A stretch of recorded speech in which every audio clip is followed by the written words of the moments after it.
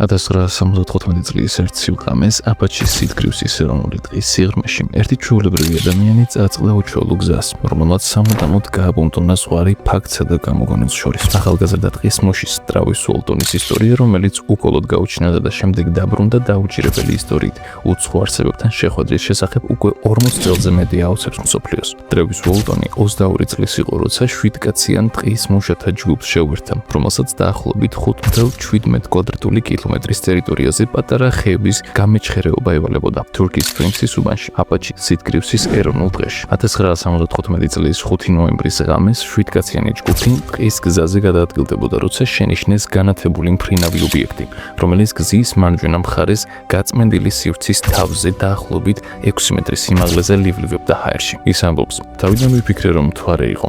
მერე კი როცა ცოტა მეტი მანძილი გავიარეთ, მარჯვნივ გავიხედე და მთვარე სხვა მხარეს დავინახე. გაურკვეველი მიზეზით ტრევისმა დატოვა ავტომობილი და თავისი 6 თანამგზავრი, რათა ობიექტისკენ გაქცეულიყო. ობიექტიდან გამოსულმა შუქმა მისი სხეული გაანათა. შეშინებულმა 6 კაცმა ტრევისიც და ის მფრინავი ობიექტიც უკან მოიტოვა და იქაურობას გაეცალა. როცა დაახლოებით 15 წუთის შემდეგ დაბრუნდნენ, იქ არც ტრევის უოლტონი ჩანდა და არც შუქი. როცა უკან გაიხედეს, ის რამდენიმე მეტრის სიმაღლეზე იყო აწეული და ასე ჰორიზონტალურად იწვა ჰაერში. დეტალები სხვადასხვა მონათხრობში განსხვავდება. ზოგი წყარო მოკლედ აღწერს მოვლენას, ზოგი კი მეტად ვრცლად ყვება მას. ზოგიც ამბობს, რომ ობიექტიდან გამოსულმა ლურჯმწვანე შუქმა ტრევისი რამდენიმე მეტრით უკან გადააგდო და მიწაზე დაანარცხა, რამაც დანარჩენები შეაშინა და დააფრთხო. რაც არ უნდა მომხდარიყო, ტრევისი გაუჩინარდა და მას შემდეგ, რაც ის ობიექტი მიუახლოვდა, რამდენიმე დღის განმავლობაში არავის უნახავს. ტრევის უოლტონი იმავე საღამოს დაახლოებით 19:45 წუთზე დაკარგულად გამოაცხადა ჯგუფის ხელმძღვანელმა მაიკლ როჯერსმა და ადგილობრივ ოფიცერ ელსი ელსონთან. ელისონი შერიფ მარლინ გილეპსისა და მოადგილე კენეთ კოპლალთან ერთად შეხვდა ტყის მუშებს. სამი მათგანი, მათ შორის როჯერსი, ოფიცრებთან ერთად გაემართა ტრევისის მოსაძებნად თურქის სპრინგსის ტერიტორიაზე. თუმცა როდესაც დაღამდა, ძებნა შეწყვიტეს, რათა დილით თავიდან დაეწყოთ. ამ დროის განმავლობაში როჯერსმა და კოპლანმა პრიორიტეტად მიიჩნიეს ტრევისის დედის ინფორმირება და მას დაახლოებით 1 საათსა და 30 წუთზე ესტუმრნენ. ტრევისის დედა განსაკუთრებულად გაკურებული არ ჩანდა. არც მისი ქალიშვილი იყო გაუცებული, რომელსაც დედამ დაახლოებით 3 საათზე დაურეკა. 7 ნოემბრის დილას დაახლოებით 50 კაციანი სამძებრო ჯგუფი შეიკრიბა თურქის სპრინგსის მიდამოში, თუმცა პირველ საათებში ვერაფერი აღმოაჩინეს. ყველაზე გასაკვირად, ტრევისის დედამ თავად შეაჩირა ძებნა. დარწმუნებული იყო, რომ მისი შვილი თავისით დაბრუნდებოდა. ნოემბერს როჯერსმა და ტრევისის ძმამ, დუან უოლტონმა გააპროტესტა ძებნის შეწყვეტა. შერიფმა ახალი ჯგუფი შეკრიბა, ამჯერად ვერტმფრენით, თუმცა შედეგი კვლავ არაფერი იყო. ამ დროისთვის ამბავი უკვე გავრცელდა. ჯერ რეგიონულ გაზეთებში, შემდეგ უცნობი მფრინავი ობიექტებით დაინტერესებულ ჯგუფებში. ამის შემდეგ კი მთელ მსოფლიოში, მათ შორის იყო National Enquirer. პოლიციამ ბუნებრივად იეჭვა დანაშაულზეც და 6-ვე დღის მუშა პოლიგრაფზე დაკითხა. დაახლოებით 2 საათი გრძელდებოდა და 3 კითხვა ისევ და ისევ მეორდებოდა. მოგალით თუ არა ტრევის უოლტონი? არა. დაინახეთ რამე, რაც მფრინავ თეფს გავდა? კი. დაინახეთ როგორ მოხვდა მას შუქის სხივი? კი. 1975 წლის 12 ნოემბერს ტრევისი იპოვეს, მაგრამ არა პოლიციის ძებნის შედეგად. ერთ დღეს მან ჰიპერში მდებარე საჯარო ტელეფონიდან თავის დას სახლში დაურეკა, მაგრამ დისმაგივრად მისმა სიძემ გრანტ ნეფმა უპასუხა. წაიყვანა დუანი და ჰიპერში გაემგზავრა ტრევისის სამოსაყვანად. იგი ამბობს, ცოტა ხნით თითქოს გათიშული ვიყავი. მერე დედასთან ძალიან ემოციური შეხვედრა მქონდა. დღემდე გულს მტკენს იმაზე ფიქრი, თუ რას განიცდიდა ის ჩემს გამო. სატელეფონო ოპერატორმა ტრევისის სახელი იცნო და შერიფს აცნობა, რომელმაც მოადგილე გლენ ფლეიკი გაგზავნა. დუანმა თავდაპირველად არ გამხილა, რომ ტრევისი ნაპოვნი იყო, თუმცა ფიქრობდა, რომ მას სამედიცინო დახმარება სჭირდებოდა. პირველი გაჩერება იყო ჰიპნოთერაპევტი, რომელიც უცნობი მფრინავი ობიექტების თემით დაინტერესებულმა ექსპერტმა ურჩია. ჰიპნოთერაპევტმა უთხრა, პირველ რიგში ექიმთან მისულიყო, რადგან ტრევის ნარკოტიკული ნივთიერებების გამოყენების ნიშნები აღენიშნებოდა და მარჯვენა მკლავზე ჩხლეტის კვალი ჰქონდა, რაც ინტერვენულ ინექციას შეესაბამებოდა. დუანმა პოლიციას საბოლოოდ აცნობა ტრევისის დაბრუნების შესახებ. შემდეგ რაც ამბავი გავრცელდა. დაახლოებით 19 საათზე უკვე საუბრობდნენ მის გამოჩენაზე. 23 საათზე შერიფი საავადმყოფოში მივიდა, სადაც ტრევისი მკურნალობდა. გასაუბრება ჩაწერის გარეშე ჩატარდა, თავად ტრევისისა და დუანის მოთხოვნით. ტრევისმა პოლიგრაფის ტესტზე უარი თქვა, თუმცა სხვა ინტერვიუებზე თანახმა იყო. საინტერესოა, რატომ არა პოლიგრაფი?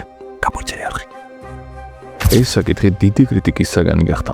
ტრევისი ამბობდა, რომ იმ დროს იმდენად სუსტი და მყიფე მდგომარეობაში იყო, გადაწყვეტილებებს მისი ძმა იღებდა, მათ შორის პოლიგრაფზე წასვლასთან დაკავშირებითაც. 14 ნოემბერს მან ჰიპნოთერაპიის სესიაში მიიღო მონაწილეობა, სადაც თითქმის 2 საათის განმავლობაში თავის ისტორიას ყვებოდა. მეორე დღეს პოლიგრაფის დამოუკიდებელმა გამომძიებელმა ჯეკ მაკარტიმ განაცხადა, რომ ტრევისი თითქოს სუნთქვის შეკავებითა და სხვა ქმედებებით ცდილობდა შედეგზე გავლენის მოხდენას. თუმცა გადამწყვეტი აღმოჩნდა მისი ინტერვიუ ფენიქსის ტელევიზიასთან, Cool TV, რომელმაც მას ფართო პოპულარობა მოუტანა.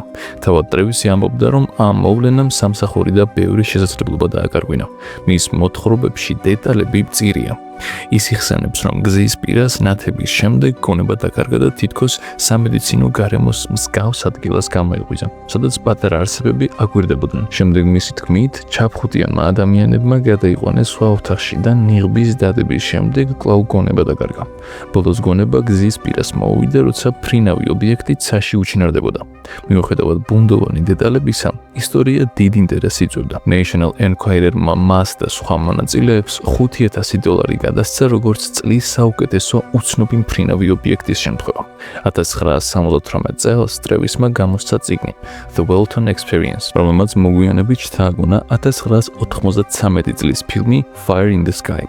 ფილმი ბევრი დამატებითი დრამატიზირებული დეტალით გამოჩნდა, რომლებიც თავად ტრევისის თავდაპირველ მონათხრობში არ ფიგურირებდა. დღემდე ის აქტიურად მონაწილეობს მსგავს თემატურ ღონისძიებებში და არაერთ შეხვედრას თავად მასპინძლობს არიზონაში. ტრევისის ღონისძიებები მისივე თქმით ერთგვარ UFO-ლოჯი 101 გავს, საფუძვლების ჩაყრას მათთვის, ვინც ამ თემას სერიოზულად განეხილავს. წლების განმავლობაში ის არაერთ პლატფორმაზე გამოჩნდა. 2021 წელს უნად იყო The Joe Rogan Experience-ში. 2008 წელს მონაწილეობა მიიღო სატელევიზიო შოუში The Moment of Truth, ხოლო 2023-ში გამოჩნდა How to with John Wilson-შიც. როგორც ხშირად ხდება მსგავს შემთხვევებში, მისი ისტორია სკეპტიკოსების კრიტიკასაც შეხვდა. ზოგი თვლის, რომ ყველაფერი დიდებისა და ფინანსური სარგებლობისთვის იყო გამოგონილი. დებატებში პირდაპირ ეუბნებოდნენ, რომ წიგნი წაიკითხეს, მაგრამ არ სჯეროდათ და შეიძლება ეს უბრალო გამოგონილი ისტორია ყოფილიყო. მისი პასუხი კი ასეთი იყო: ნეტა მქონდა და კოსმოსური ხომალდის ნამსხვრევი, რადგან ყველაზე მეტად თავად ტრევის სურდა ასეთი მტკიცებულება, რათა აწლევლების ტვირთი მოეხსნა. ერთ-ერთი მთავარი არგუმენტი სკეპტიკოსების მხრიდან ისაა, რომ ტრევისი და მისი ოჯახი ჯერ კიდევ გაუჩინარებამდე აქტიურად ინტერესდებოდნენ უცნობი მფრინავი ობიექტების თემით. მისი დედის სიმშვიდე და ოჯახის წევრების ნაკლები გაუცება ზოგისთვის ეჭვს აჩენს.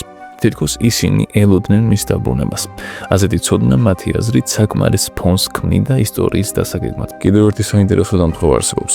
ტრევისის შემთხვევამდე 2 კვირით ადრე NBC-მ აჩვენა ტელეფილმი The UFO Incident, სადაც პერსონაჟი ჰიპნოზის ქვეშ იხსენებდა უცხო არსებებთან შეხვედრას. სიუჟეტი, რომელიც ბევრს ტრევისის მონათხრობს აგვანებს. აქედან გაჩნდა ვარაუდი, რომ ტრევისი და მაიკლ როჯერი შესაძლოა ერთად ქმნიდნენ ამბავს. მით უმეტეს მათ ურთიერთობა სამუშაოს მიღმაც ჰქონდათ. კრიტიკოსები მიუთითებენ სხვა საკითხებზეც: საეჭვო პოლიგრაფის შედეგები, როჯერშის მოგვიანებით გაკეთებული განცხადებები, სხვა ტყის მუშების ჩვენებები, რომ იმ დღეს ჩვეულებრივზე დიდხანს მუშაობდნენ და თეორიაც კი, თითქოს შესაძლოა დადგმისთვის სახანძრო სათვალთვალო კოშკი გამოიყენეს. თავდაპირველად ქალაქის ბევრი მცხოვრები სკეპტიკურად იყო განწყობილი, თუმცა დროთა განმავლობაში, როცა ამბავმა მასშტაბი მოიპოვა, ზოგიერთმა საკუთარ გამოცდილებაზე დაიწყო საუბარი. საბოლოო მტკიცებულება დღემდე არ არსებობს. დებატები გრძელდება. ერთ მხარეს ურყევი მორწმუნეები, მეორე მხარეს მკაცრი სკეპტიკოსები და სწორედ ეს დაძაბული ბალანსი ინარჩუნებს ასეთ ისტორიებს ცოცხლად. ხშირად წლები გადის და მსგავსი ისტორიები უბრალოდ ხრება. ადამიანები გამოდიან, სიმართლეს ამხელენ და ის რაც ოდესღაც აუხსნელი ჩანდა, თაღლითობად იქცევა. მაგრამ ტრევის უოლტონის შემთხვევა ამ ტენდენციას ვერ მიჰყვა. თითქმის ნახევარი საუკუნის შემდეგაც 1975 წლის 5 ნოემბრიდან მოყოლებული ტრევის უოლტონი იმავე ისტორიას იმეორებს, რაც თავიდანვე თქვა შეუცვლელად. მისი თქმით, იგი ძალით დააწვინეს მაგიდაზე. მალევე გონება დაკარგა და მხოლოდ მაშინ მოვიდა გონს, როცა გზატკეცილზე დახეტიალობდა და უცნობი მფრინავი ობიექტით საში ადიოდა. ამბავი შეიძლება მარტივად ჟღერდეს, მაგრამ წლების განმავლობაში მასში არაფერი შეცვლილა. ტრევისმა სრულიად მიიღო ის იდენტობა, რომელიც ამ გამოცდილებამ მოუტანა.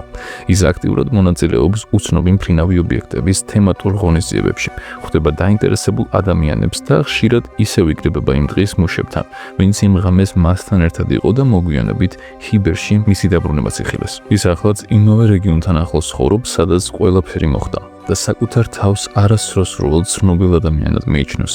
ამბობს, რომ ყურადღება არ უძებნია, მაგრამ რაც გადახდა, პასუხისმგებლობად მიაჩნია. უნდა მოყვეს თავისი ისტორია და გააფრთხილოს სხვებიც, ვინც იმ ტერიტორიაზე ცხოვრობს, რომ შესაძლოა უცნაურ მოვლენებს წააწყდნენ. ეს საქმე კვლავ იწვევს ინტერესს. კითხვა კი იგივე რჩება.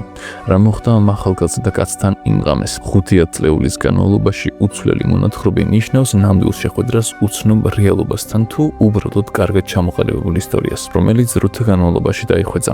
იმ პერიოდის სატელევიზიო ფილმებთან მსგავსება შემთხვევითობაა თუ შთაგონება. მოწმეები, პოლიგრაფები, საჯარო სკეპტიციზმი ყველაფერი ერთმანეთში ირევოდა სიმართლისა და შეცდომის ზღვარს კიდევ უფრო ბუნდოვანს ხდის. სკეპტიკოსები ამას დიდებისა და ფულისკენ მიმართულ თაღლითობად მიიჩნევენ. სხვებისთვის კი ეს ერთ-ერთი ყველაზე დამაჯერებელი შემთხვევაა უცნობი მფრინავი ობიექტების კვლევის სფეროში.